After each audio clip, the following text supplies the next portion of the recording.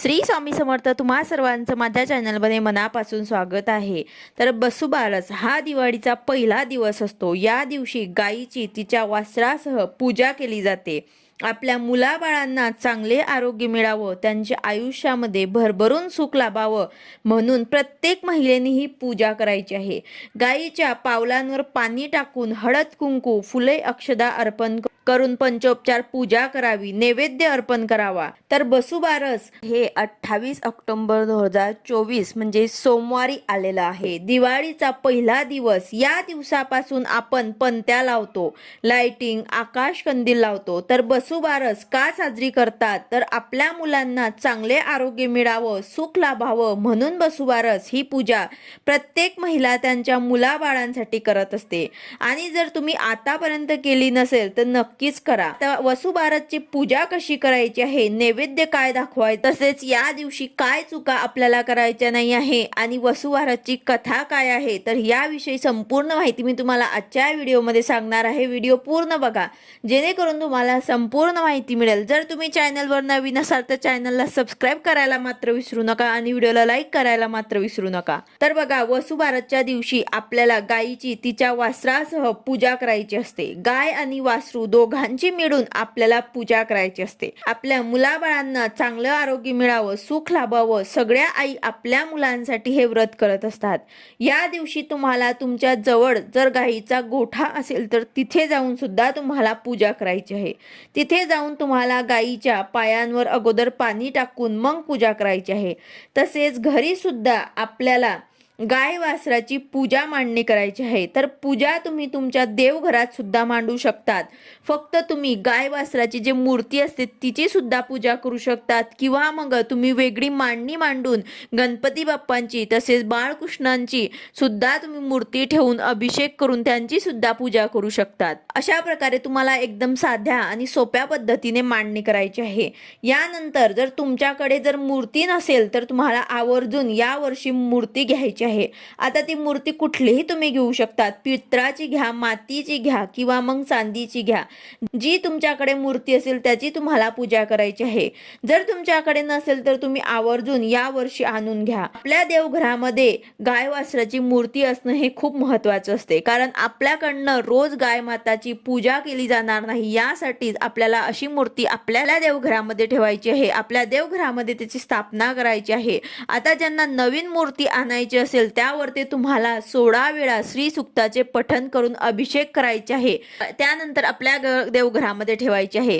तर आपल्या देवघरामध्ये गाय माताची, गाय आणि वासरू अशी मूर्ती जर तुम्ही नवीन आणणार असाल तर त्यावरती तुम्हाला अभिषेक करायचा आहे. आपल्या घरामध्ये तिची स्थापना करायची आहे. त्यानंतर वसुबारसच्या दिवशी तुम्हाला ह्या मूर्तीची पूजा करायची आहे. कारण एकदा गायीची पूजा केल्यामुळे 33 कोटी देवी देवतांचं पूजन केल्याचे पुण्यफळ आपल्याला मिळतं.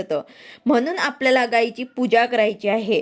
तर मूर्ती एका तांबणामध्ये तुम्हाला घ्यायची आहे. त्यावरती तुम्हाला ओम नमो भगवते वासुदेवाय नमः हा मंत्राचा जप करत तुम्हाला गायीच्या मूर्तीवर ते स्वच्छ पाणी टाकायचे आहे. याने तुम्हाला अभिषेक करायचे आहे. त्यानंतर तुम्हाला हे व्यवस्थित पुसून तुम्हाला एका पाटावरती किंवा मग तुमच्या देवघरात सुद्धा तुम्ही ही पूजा करू शकतात. तर गायीची मूर्ती स्वच्छ पुसून तुम्हाला ठेवायची आहे. त्यानंतर तुम्हाला गायीला हळद कुंकू धूप दीप ओवाळून पंचोपचार पूजा करायची आहे. जर तुम्ही आता तुमच्याजवळ गायीचा गोठा असेल तर तिथे जर तुम्ही जाणार असाल तर तिथे सुद्धा तुम्हाला गाय वासरांच्या पायांवर ते पाणी टाकायचं आहे अगोदर. त्यानंतर गायीला हळद कुंकू अक्षदा अर्पण करून फुलांचा जर हार असेल तर तो तुम्ही घालू शकतात किंवा मग फुलं अर्पण करू शकतात. तर अशा प्रकारे तुम्हाला तिथे सुद्धा पूजा करायची आहे. यानंतर आपल्याला मूर्तीची पूजा केल्यानंतर नैवेद्य सुद्धा दाखवायचा आहे. तर नैवेद्य या दिवशी वसुबारसच्या दिवशी आपल्याला गायीला गुळाचा नैवेद्य दाखवायचा आहे. गुळ किंवा मग बाजरीची भाकरी असते ते तुम्हाला नैवेद्य दाखवायचं आहे. या दिवशी चुकूनही तुम्ही गहू किंवा मूग हे तुम्हाला गाईला खाऊ घालायचे नाही आहेत. कारण या दिवशी आपल्याला गाईला गहू खाऊ घालायचे नाही आहे. आता गहूपासून बनवलेली पोळी सुद्धा तुम्हाला या दिवशी खाऊ घालायची नाही आहे. कारण या दिवशी रमा एकादशी सुद्धा आहे. तर एकादशी असल्यामुळे आपल्याला गाईला गुळ खाऊ घालायचा आहे किंवा मग बाजरीची भाकरी सुद्धा तुम्ही खाऊ घालू शकतात. अशा प्रकारे हे तुम्हाला लक्षात ठेवायचं आहे. त्याचबरोबर मूग सुद्धा गाईला खाऊ घालायचे नाही आहे. तसेच या दिवशी महिला जे असतात ते उपवास करत असतात. आता ज्यांना उपवास करायचा असेल त्यांनी उपवास सुद्धा करायचा आहे. तर हे उपवास जो असतो तो बाजरीची भाकरी आणि गवाराच्या शेंगांची भाजी खाऊनच सोडला जातो. संध्याकाळी बाजरीची भाकरी आणि गवाराच्या शेंगांची भाजी खाऊनच हा उपवास सोडता येतो. आणि या दिवशी दुधाचे पदार्थ, तळलेले पदार्थ जे आहेत ते सुद्धा खात नाही. म्हणजे शक्यतो गायीपासून जे पदार्थ मिळतात, पनीर, दूध, तूप या गोष्टी ज्या आहेत ते आपल्याला या दिवशी खायच्या नाही आहे. तर असे काही छोटे छोटे नियम आहेत ते सुद्धा आपल्याला बघायचे आहे. ह्या काही चुका आपल्याकडनं होऊ नये याची आपल्याला काळजी घ्यायची आहे. या दिवशी तुम्हाला उपवास करायचा आहे. सगळ्या महिलांनी उपवास आवर्जून करायचा आहे. जर मासिक विटाळ असेल तर तुम्ही हे पूजा करू शकत नाही, पण घरातील इतर महिला किंवा मग पुरुष सुद्धा ही पूजा करू शकतात. आपल्या मुलाबाळांसाठी आपण ही पूजा करतोय, तर पुरुषांनी सुद्धा केली तरी सुद्धा चालेल. गायीच्या प्रती कृतज्ञता व्यक्त करण्याचा हा दिवस असतो. आपल्या मुलांसाठी त्यांच्या आयुष्यामध्ये खूप प्रगती करावी, खूप पुढे जावं म्हणून ही आपल्याला पूजा करायची आहे. तर अशा प्रकारे तुम्हाला अगदी सोप्या पद्धतीने पूजा करायची आहे. ही पूजा तुम्ही सकाळी करू शकतात किंवा संध्याकाळी सुद्धा करू शकतात. आता गायीचे महत्त्व काय आहे तर बघा, प्राचीन काळापासूनच हिंदू लोक गायीला पवित्र मानत आले आहे. गायीच्या ठिकाणी 33 कोटी देव असतात असे मानले जाते. गायीची प्राचीन काळापासूनच तिची पूजा करण्याची प्रथा पडली आहे. गायीच्या थोरवीमुळेच राजा दिलीप आणि भगवान श्रीकृष्ण यांनी गोसेवा केली.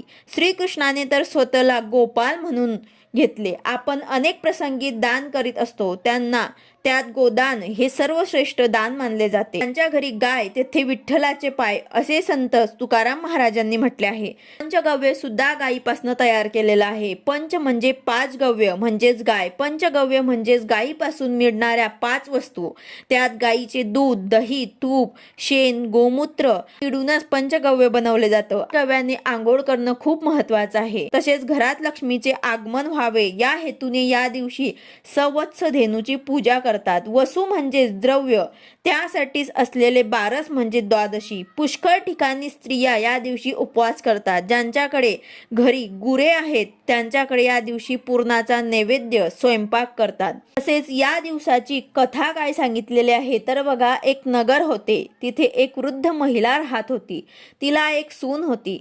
घरी गाई गुरे होती, म्हशी होत्या, गवाडे, मुंगाडे नामक वासरे होती. अश्विन मास आला. पहिल्या द्वादशीच्या दिवशी वृद्ध महिला सकाळी उठली. शेतावर जाताना सुनेला हाक मारली, मुली इकडे ये. सून आली काय म्हणून म्हणाली तशी वृद्ध महिला म्हणाली, गव्हाळे मुंगाडे शिजून ठेव असे सांगितले आणि आपण शेतावर निघून गेली. सून गोठ्यात गेली. गव्हाळी मुंगाडी वासरे उड्या मारित होती. त्यांना ठार मारली, चिरली, शिजवून ठेवून सासूंची वाट पाहत बसली. दुपार झाली तशी सासू घरी आली. सुनेने पान वाढले. सासूने पाहिले तर तांबडे मांस दृष्टीत पडले. तिने हे काय म्हणून सुनेला विचारले. सुनेने सर्व हकीकत सांगितली. सासू घाबरली. न समजता चुकी घडली म्हणून तशीच उठली. देवापाशी जाऊन बसली, प्रार्थना केली. देवा देवा, सुनेच्या हातून अपराध घडला, तिला क्षमा कर. गायीची वासरे जिवंत कर. असे न झाले तर संध्याकाळी मी माझा प्राण देईन. असा निश्चय करून देवापाशी बसून राहिली. दिवा लावला. देवाने तिचा निश्चय पाहिला. निष्कपट अंतकरण पाहिले. नंतर संध्याकाळी गायी आल्या, हंबरडा फोडू लागल्या. तशी देवास चिंता पडली. हिचा निश्चय धडणार नाही असे देवास वाटले. मग देवाने गायीची वासरे जिवंत केली. ती उड्या मारीत मारीत गायीजवळ गेली. गायीचे हंबरणे बंद झाले. वृद्ध महिलेला आनंद झाला, सुनेला आनंद झाला. नंतर वृद्धेने गायी घोरांची पूजा केली, स्वयंपाक करून नैवेद्य दाखवला. म्हणून या दिवशी आपल्याला गायीला नैवेद्य सुद्धा दाखवायचा असतो. या गोमातेचं पूजन तिच्या वासरासह या दिवशी करायचे असतं. या दिवशी दूध आणि दुधापासून बनवलेले पदार्थ जे असतात ते आपल्याला खायचे नसतात. कामधेनूचे रूप आपल्या घरच्या गायीत पाहून तिची पूजा करायची व पुढील श्लोक म्हणायचा असतो. तर श्लोक असा आहे, शिरोदार्ण वसंभूते सुरासुर नमस्कृते सर्व देवमये मातृगृहानार्घ्य नमोस्तुते. तर या मंत्राचा अर्थ असा आहे की क्षीरसागरातून जन्मलेला सूर असुरांना वंदनीय ठरलेल्या जिच्या शरीरात सर्व देवता आहेत, हे माते, हा आमचा पूजनाचा अर्घ घे, तुला नमस्कार असो. तर अशा प्रकारे आपल्याला जर या घरी गाई गुरे असतील तर त्यांची आपल्याला पूजा करायची आहे आणि त्यांना नैवेद्य दाखवायचा आहे. वसुबारसच्या दिवशी जर तुम्हाला गाईच्या गोठ्यात जाणं शक्य असेल तर आवर्जून तिथे जाऊन तुम्हाला पूजा करायची आहे आणि आपल्या घरी सुद्धा पूजा करायची आहे. अगदी सोप्या आणि साध्या पद्धतीने आपल्याला गाई वासराची पूजा करायची आहे. व्हिडिओ आवडला असेल तर लाईक करा, शेअर करा, सबस्क्राईब करा. भेटूया अशाच नवीन व्हिडिओ सोबत. श्री स्वामी समर्थ.